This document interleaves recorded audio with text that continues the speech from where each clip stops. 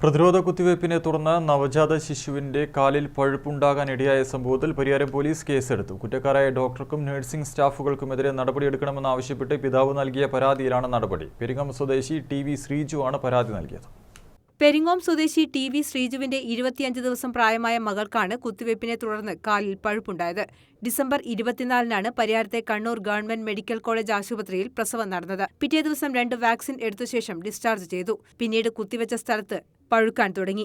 പഴുപ്പുണ്ടാകുമെന്ന് ആശുപത്രിയിൽ നിന്ന് പറഞ്ഞതിനാൽ ആദ്യം കാര്യമാക്കിയില്ല. കുറയാതെ വന്നതോടെ പരിയാരത്ത് വന്ന് ഡോക്ടറെ കാണിച്ചപ്പോൾ മരുന്ന് തന്നുവിട്ടെങ്കിലും സമീപത്ത് തന്നെ മറ്റൊരു സ്ഥലത്ത് പഴുപ്പ് വന്നതോടെയാണ് പയ്യന്നൂരിലെ സ്വകാര്യ ആശുപത്രിയിലെത്തിയത്. അവിടെ വെച്ച് പഴുപ്പ് കുത്തിയെടുക്കുമ്പോഴാണ് സൂചി പുറത്തു വന്നത്. ഡിസംബർ 24-ന് കുഞ്ഞിനെ മാത്രം അകത്തു കൊണ്ടുപോയി വാക്സിനേഷൻ നടത്തിയ ശേഷം തിരിച്ചു കൊണ്ടുവരികയായിരുന്നു. കണ്ണൂർ ഗവൺമെന്റ് മെഡിക്കൽ കോളേജ് ആശുപത്രിയിൽ വച്ചാണ് കുത്തിവയ്പ്പെടുത്തത്. പയ്യന്നൂരിലെ സ്വകാര്യ ആശുപത്രിയിൽ നടത്തിയ പരിശോധനയിൽ കുഞ്ഞിന്റെ കാലിൽ പഴുപ്പ് കയറിയ ഭാഗത്തുനിന്ന് 3.7 സെന്റിമീറ്റർ നീളമുള്ള ഇഞ്ചക്ഷൻ നീഡിൽ പുറത്തെടുത്തിരുന്നു. സംഭവത്തിൽ കുറ്റക്കാരായ ഡോക്ടർക്കും നഴ്സിംഗ് സ്റ്റാഫുകൾക്കുമെതിരെ നടപടിയെടുക്കണമെന്നാവശ്യപ്പെട്ട് പിതാവ് നൽകിയ പരാതിയിലാണ് പരിയാരം പോലീസ് കേസ് രജിസ്റ്റർ ചെയ്ത് അന്വേഷണം ആരംഭിച്ചത്. Payyanur DYSP P K. വിനോദിന്റെ നേതൃത്വത്തിലാണ് അന്വേഷണം. News bureau, Taliparamba.